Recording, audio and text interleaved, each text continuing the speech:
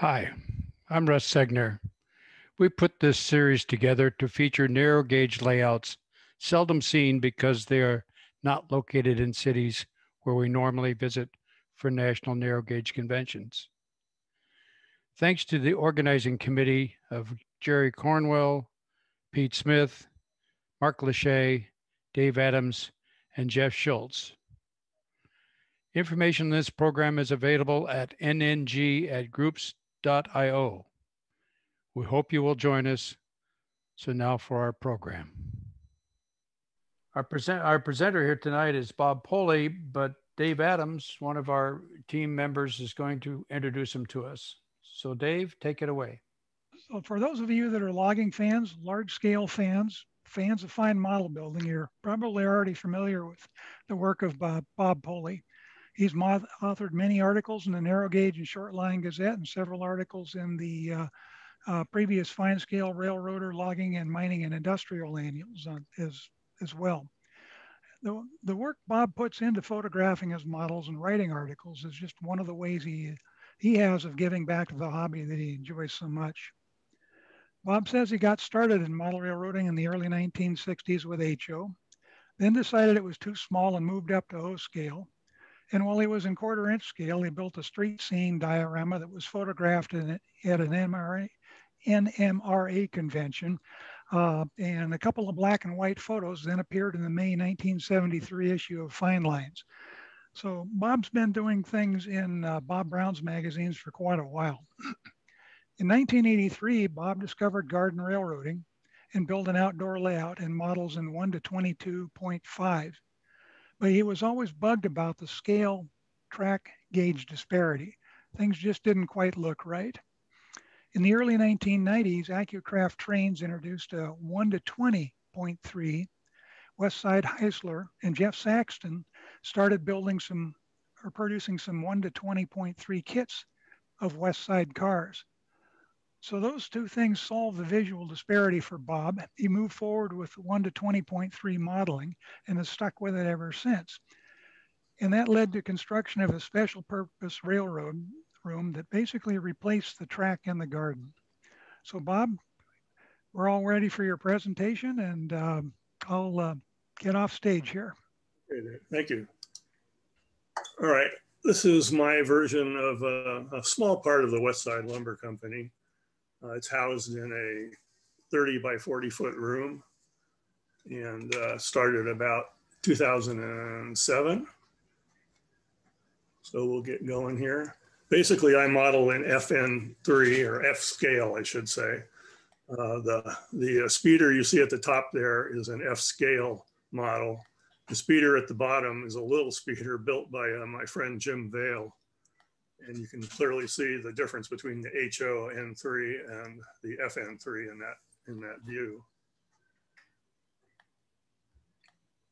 This is a rough layout of the building it's in. There's the two truncated corners at the back. The layout's actually about 33 feet by 44 feet at the extremes. And coming into the layout room here, there's a lift out bridge. The blue is the narrow gauge main line. The red is dual gauge. Coming through the mill grate, the first facility you see is the fueling facility. Then you go on to the shops, the car shops. Over here is the warehouse row. Here's the log pond with the log brow and the engine house. And out on the main line, coming up the grade, you come into Clavey Station, which was a very late addition to the West Side back in 1958. It was one of the last construction projects they did, more than likely. Then this is Clavey Bridge. Continuing on, go by our ranch house. And then this is a logging reload here where it goes from truck to log car. The structures are all based on camp rentals, but the layout is not prototypical because I just don't have that room for it. This is what you see when you walk into the room, basically. This bridge is not curved like this. That's purely a an aberration of the photography. But you can see here, this is the gate. This is the fueling facility. These are the shops. Over here is the warehouses. Over here is the engine house. Way back out of sight is Clavey. Over here is the logging area. Just some visitors at the west side. This is my late friend,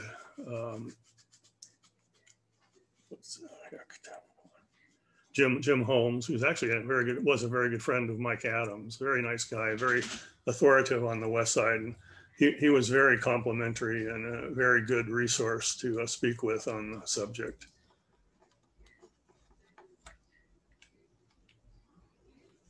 This is a scratch-built shay number 15 coming into the town, not into the town, but into the yard area. Here's the mill gate right here, and back here you can see a little bit of the sand house.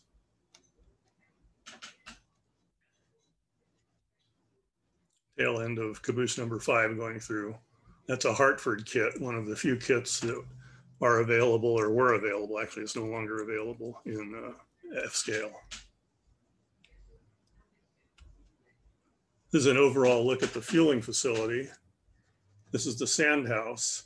Up above here is a dual gauge track where standard gauge tank cars are brought in to empty their oil into the tanks. And it goes through a drain between the rails here. Over here is a little platform where gondolas full of sacks of sand or shovel or raw sand, sometimes it depends, are brought in, and then it's shoveled into the doors in the back of the sand house. Gravity feeds it to the bottom where there's a chute here where they can take sand out to put into the locomotives on this track down here.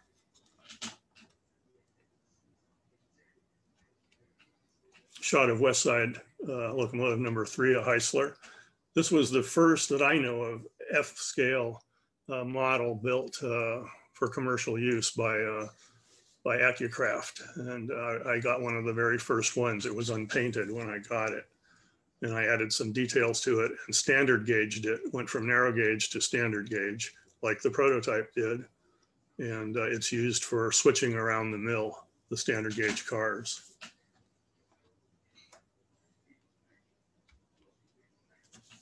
This in the foreground here is a gasoline car. It was used to haul gas out to the logging camps for fueling their vehicles in the field. And this is number 7. This tank car is built on a piece of PVC tubing. These are cast resin kit, not kits, but resin parts that I did from my molds. A little bit of a detail here of the sand house. This is actual sand from the real sand house that Russ Simpson sent me.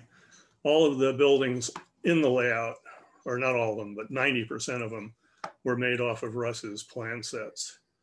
And it's kind of interesting, these fire buckets were used because they had a rounded bottom and they couldn't stand up on their own. And the thinking there was it kept people from stealing them and taking them home and using them because they were basically useless because they wouldn't hold anything other than what you were pouring into the bucket through this gate right here. And then it was poured into the sand dome of the locomotive.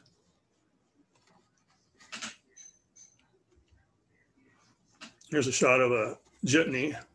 Over on the side here was a jitney shed, which was used to store the jitneys during the winter for the most part. And you can see it sitting on a turntable here, which was a portable turntable that could be brought out anywhere and used to turn the jitneys around out in the field if they so desired.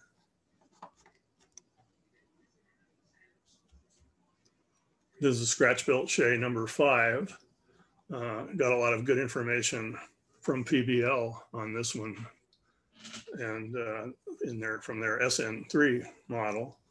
And so I managed to scratch one up in large scale. The only thing here that's really stock commercial and even that's not, but the trucks are Bachmann power trucks, but they've been redetailed to more closely match what number 5s looked like. A shot of the left side, you can see some of the changes in the trucks here. It had an equalizing bar as opposed to springs on the journals as most shays had. All the appliances for the most part are scratch built. The air pump, I mean the water pump.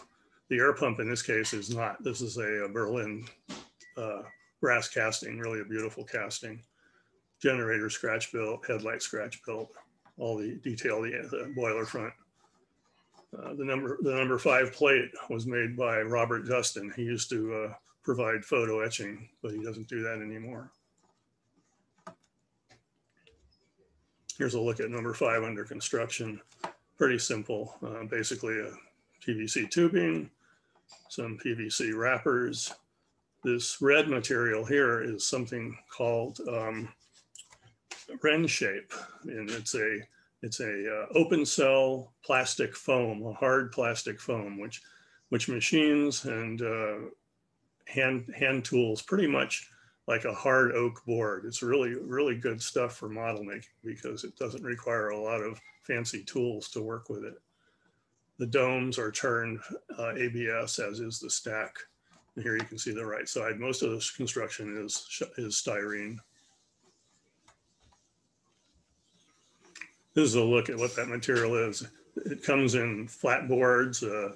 These were cut on my saw, but it comes in basically 2 by 4, 2 by 8 foot pieces. And it's 1 inch thick usually. I can be had in thicker pieces, but there's really no need for it because when you bond it, even with cyanoacrylate, the stuff is porous. The glue gets into the material itself, and when you try to pull it apart, the material fails rather than the glue bond. So it's quite strong. And this is their website. They're back in, I believe, the Illinois area. Here's a first look at the shops area. This is coming out of the back side of the shops. Kind of interesting, they had Dutch doors here. And this door was low, so a standard size car could not even fit in there because this was mainly used for working on the log cars, which are all flat cars or log cars like these, so there was no need for a big door. This structure was quite interesting and a lot of fun to build. I'll show you some pictures in a bit and you'll understand why. The side view of it. This structure is over 5 feet long, just to give you an idea of the size. And you can see it's been added on to many times. This is the blacksmith shop here, an extension to the working area here. This is the wheel grinding room here. Over here, this lean-to here was added onto. This was originally a 1-stall shop, just this part of the building here. But what they did is they extended it out this way. And you can see here, this is the framework in the structure. You can see this part of the roof up here is the new roof going over the old roof, which was where the extension went out. So it became a two-stall structure rather than a one stall. There's quite a bit of lumber in this, as you can see. My friend Mike Gray did all my lumber milling for me. Quite a useful friend to have. A little look here. This is the carpentry shop here. This is the car assembly shop here, and then this is the car maintenance shop here, basically. Looking into the car assembly building, there's an overhead traveling crane here.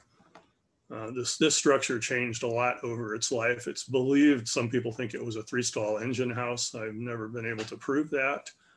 It used to have this doorway over each of the stalls, but they took it out here. A little speeder shed over here on the side. And this is a scratch-built block car. Again, the gasoline car and a scratch-built gone. In the front view here, this is an interesting car. This was a Jeff Saxon model, one of the very first F-scale models. A very nice kit. And I got a couple of his other cars here as well. And you can see the overhead crane and how it was operated for using during the assembly of the cars here. Here's a look at caboose number 2 under construction. It had swing motion trucks. This was one of the very early Westside cabooses.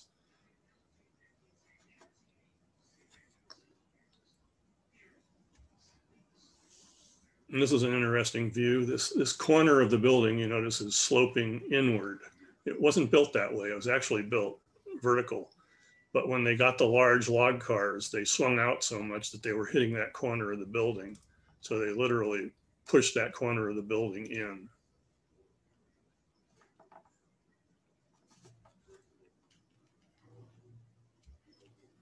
This is the carpentry shop. This is where all the big timbers were milled.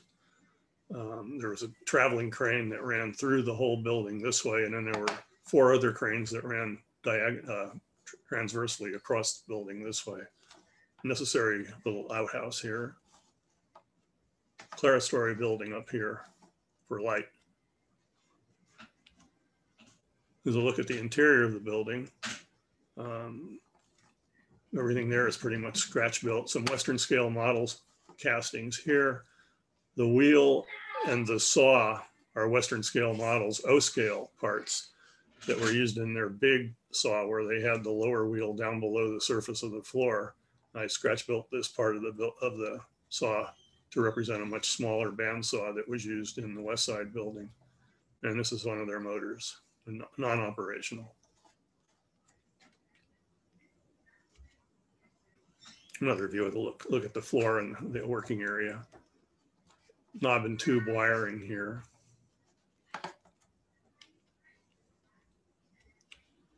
Look up into the rafters and the clerestory windows up there. These window frames were done with laser cutting by another fellow I know. This is a scratch-built Plymouth little switcher. That was one of the smaller locomotives on the west side, and it was used around the mill and out in the field for hauling loads around for repair work and things like that.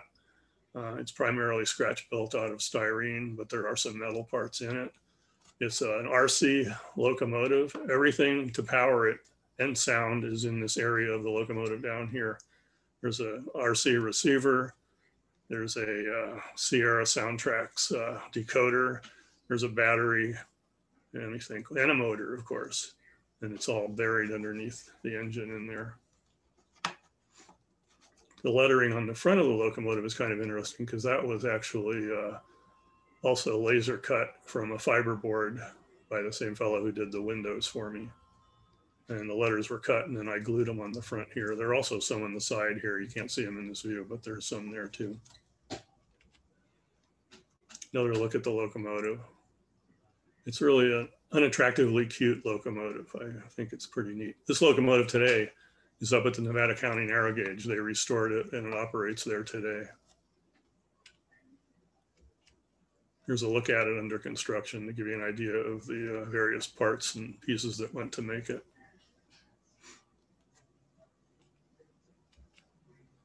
Inside look at the engine house. Again, you can see the beam construction, scratch number 7 and 15 in there.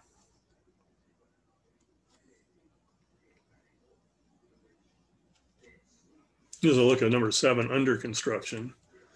I made patterns for the boiler and the frames and the end beams and some of the tanks, and not in this case, but number 15's cab and tender and fuel tank.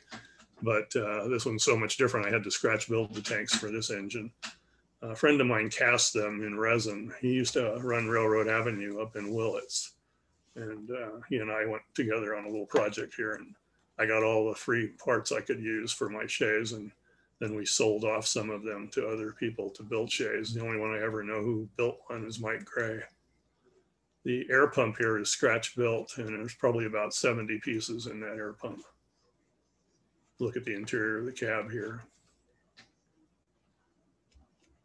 That's what it looks like, all painted up and looking pretty.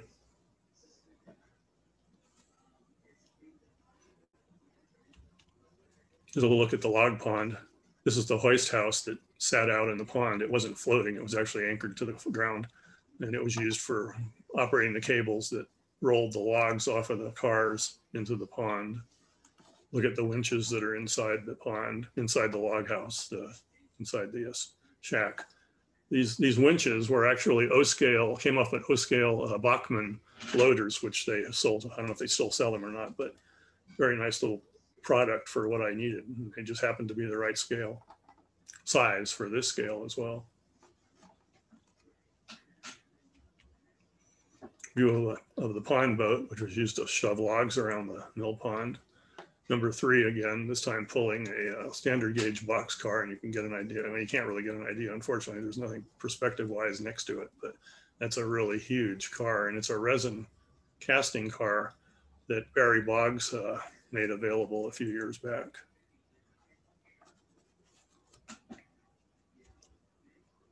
Another look at it along the warehouse row here, and look at some of the dual gauge trackage.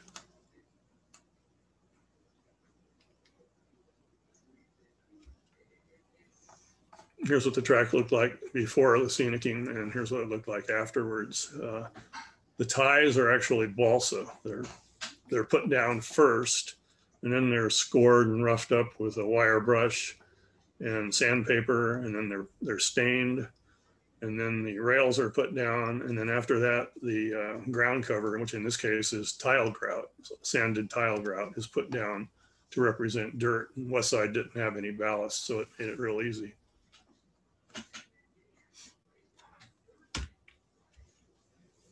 Here's a look at the side of the Plymouth, and you can see the wording there.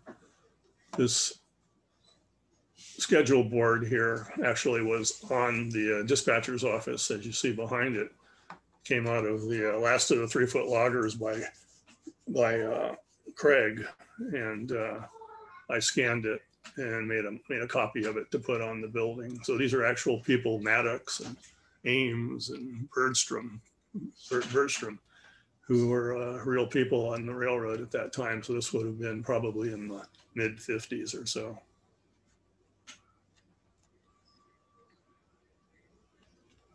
Another look at the warehouses from a little different angle. And there, I think you can see the size of that car.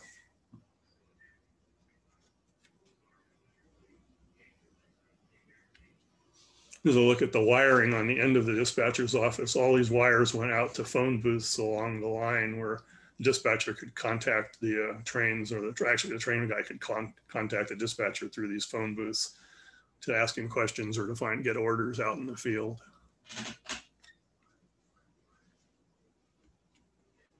Now we're coming up to Clavey, and this is the construction that was going on in 1958. It was a cookhouse for a logging operation that was going on up in here.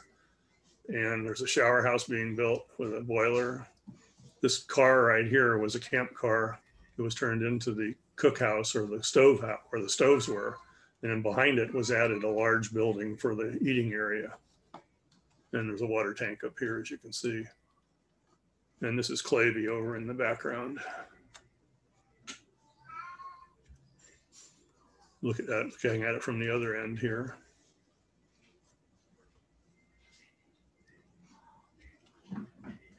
Number 15 pulling a log train over, coming down to the mill.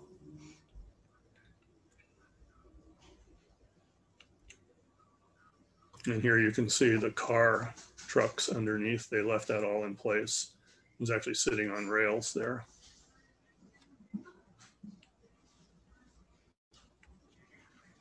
Interesting little feature was they had a little monument at the west end of the bridge. By the way, Westside called their trestles bridges. They weren't called trestles. Don't ask me why, but that's what they call them.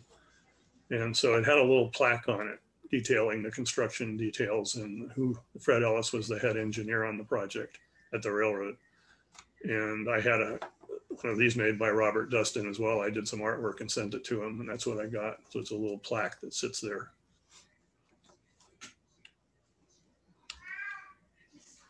You look at 2 shays coming across the bridge, being hauled back. There was a time when one of the shays was dead-ended because it had a drive shaft problem, so it wouldn't operate. So they had to haul it back to the engine house for repairs. All the timber in here was cut again by my friend Mike Gray. A lot of timber there. Look at number 14 coming across the bridge.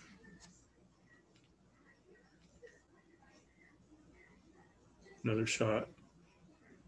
This wire you see here was actually the phone line that was coming from the dispatcher's office.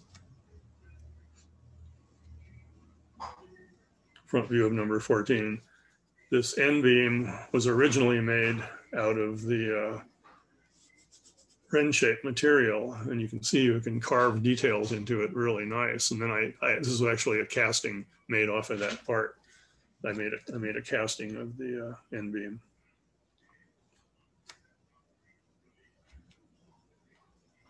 Look at little number 1 pulling a cat out to the logging area.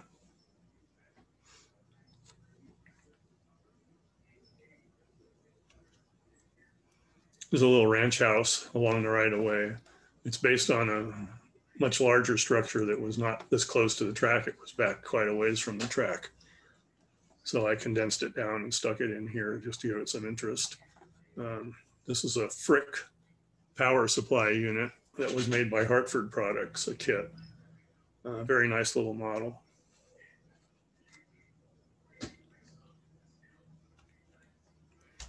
The number 5 going through the area there. These logs are interesting. These are actually urethane foam models that are cast in forms, and they come out with a nice hard skin, and inside there's nothing in them inside basically, so they don't weigh anything. Guy used to make them up in Oregon, called None Such was the name of their company, and they did some beautiful work. They came all painted like this and very, very nice. They're no longer available, unfortunately. The nice thing about them was they don't weigh anything, so you don't really burden your train with a heavy load of wood logs if you use those things. So look at the water tank that excuse me, water tank that was at Camp Reynolds in number 7. And here's one of those phone booths that I was mentioning earlier.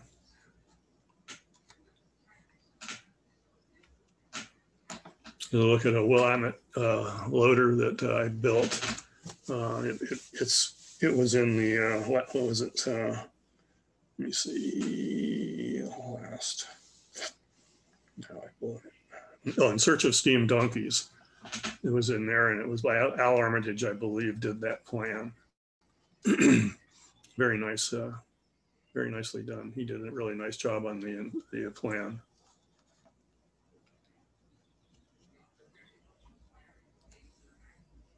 And that's a look at the reload where the logs are dumped on the ground here, and then they're picked up and put on the cars here. And again, this is highly compressed. The truck is interesting. I actually found a 1:20 scale plastic Peterbilt truck. It was a little too new for this era, so I modified it quite a bit. Came up with this, and also had to scratch build the trailer because it didn't have a trailer.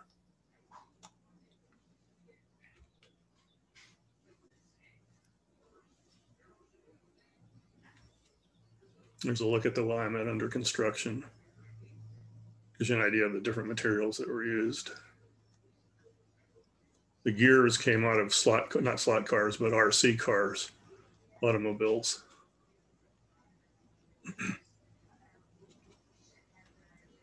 And then look at the log camp.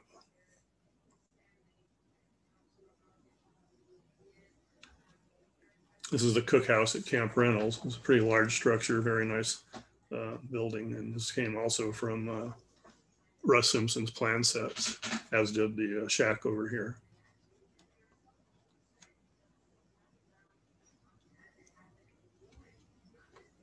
Look at number 7, pulling the coffin tank car number 5.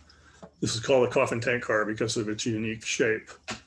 And this was also scratch built. And I made a pattern and made a mold for the tank and cast it in resin. You see it there, the detail is really well done on the casting. It picks up all the details of your pattern very nicely. You'll look at the scratch-built Fairbanks Morris pump that was on the end. It was used for pumping the liquid out of the tank into wherever you wanted to pump it. And I think this tank at this time was being used as a water transfer car. Here's a look at the mold, silicone rubber with a plastic outside reinforcing so it would keep the thing stable when you fill this with resin. You have a metered amount of resin you pour in here, and then there's a plug which is a smaller version of the shape of this tank on a flat platform that gets pushed down into the resin. And the resin then comes up as the thing's being pushed down. It fills the rest of the mold, put some weights on top of it, wait about, I don't know, 20 minutes, and you've got a part. You can see a few other parts here, the log bunk bolsters that were being cast as well. Here's a look at the cast parts in their raw form.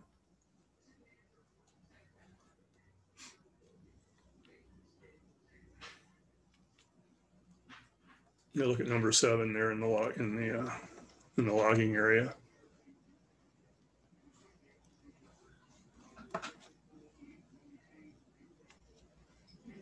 Here you can see the logs, a little better view of the detail that they put into them. These little people are kind of neat. They were made by Morris Field and his Buffalo Landing group. These were actually available in smaller scales on a much larger volume than these things were. He made 4 resin castings of his figures in F scale.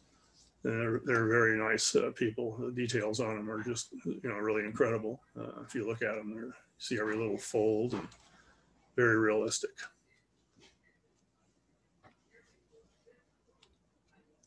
And this was one of the last structures on the railroad. It was a 5-stamp mill. Never existed in the area, but I'm sure there were mills around there that did. This one came out of Northern California.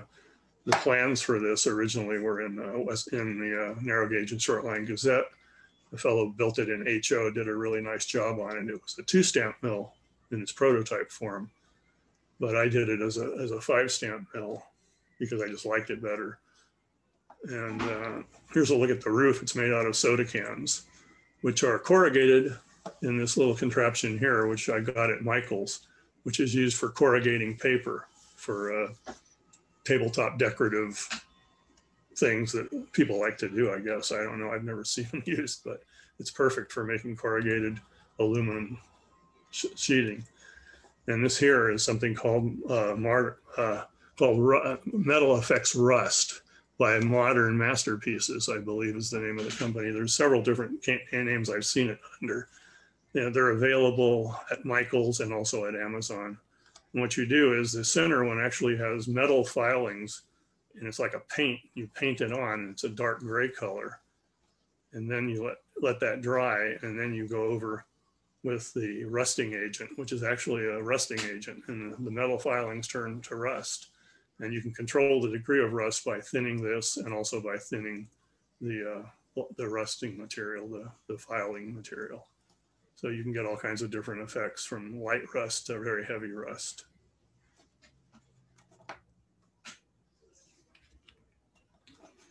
Here's a look at the interior of the mill.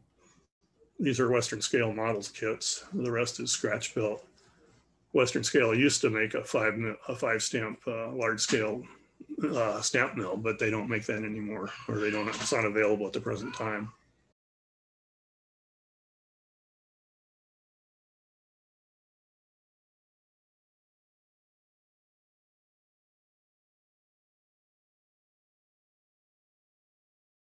Backside of the mill, this is the scratch-built ore car from a Gazette plan that was in Bob's magazine. The thing comes out of the mine here and dumps its ore in here, and they dump their slag off the side here.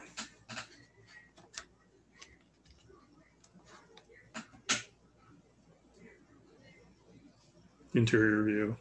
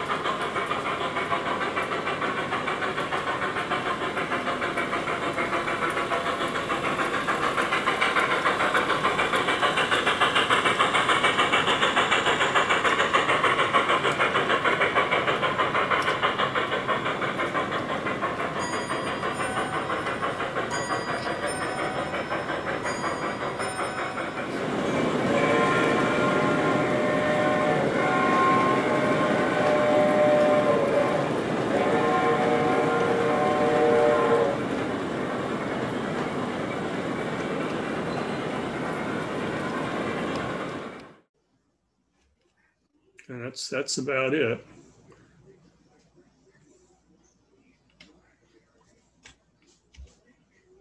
Okay, any questions, or Dave, are you going to do it now? Yeah, Bob, actually, we do have questions. The first question has to do with the red roofing material. What material does that represent? It represents roll roofing material. Okay, and Westside actually used them, and they used black, and they also used a red material and a gray material. Common was the red was red, or it was pinkish actually after it was weathered, and that's pretty much what they like to use. But it was just roll roofing. Okay. Next question here is, what size rails are you using on the railroad? Sure. The rails are code 215, and they're actually aluminum. And I've had very good luck with them indoors, running electric power through them. I do use a lot of battery powered vehicles, but I also use track powered, and they function very well. The next question here is it starts out saying you do beautiful work, Bob. So we'll throw that compliment out there. Then can you talk a bit about your technique for simulating the knotty pine look? Oh. Do you have wood that has knots, or how do you do this? Yeah, I got answer pieces. No. I basically start out with basswood, straight basswood, and depending on the model, I usually put the knots on after the siding goes on the building because it's easier to handle. Some of the knots have through holes, so I drill a hole, but most knots don't. Most knots the knots are still in the wood, and I use a mix of India inks to create the knots. The walls are first stained with a mixture of India ink and black India ink and alcohol, the typical alcohol wash I'm sure most people are familiar with. And then I wet the surf after that's dry. Those boards are stained before they're put on the building. And once the building is constructed, I wash the side of the building where I'm going to do the knotting down with straight alcohol. And then I take a pin and I dip it into either black or dark brown India ink, and I just dab it wherever.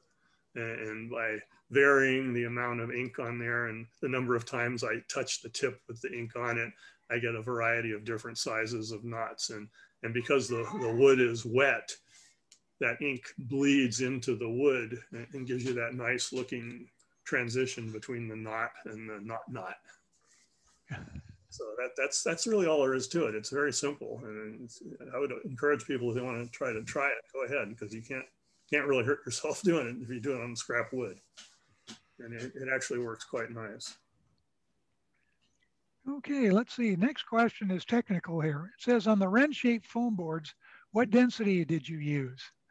I use the one that's the pink material. It comes in various different colors.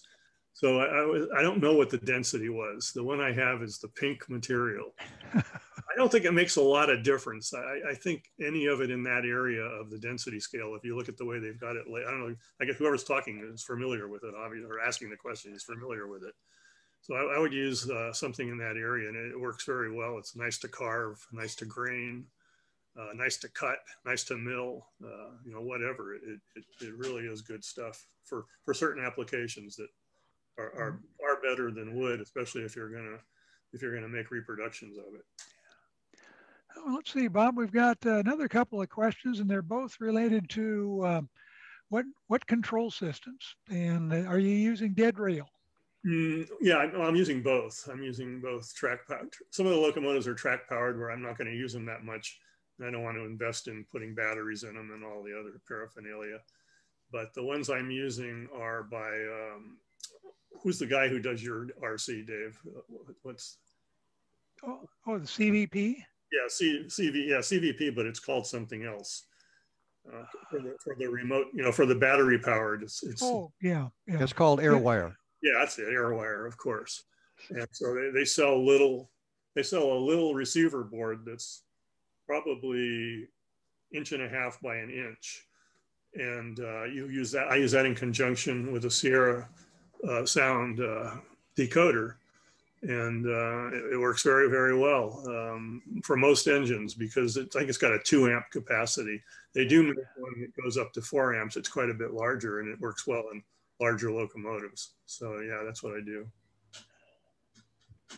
Okay, let's see. And here's a question about your age, Bob. The individual says, all this being scratch build, he says, I calculate you must be about 453 years old.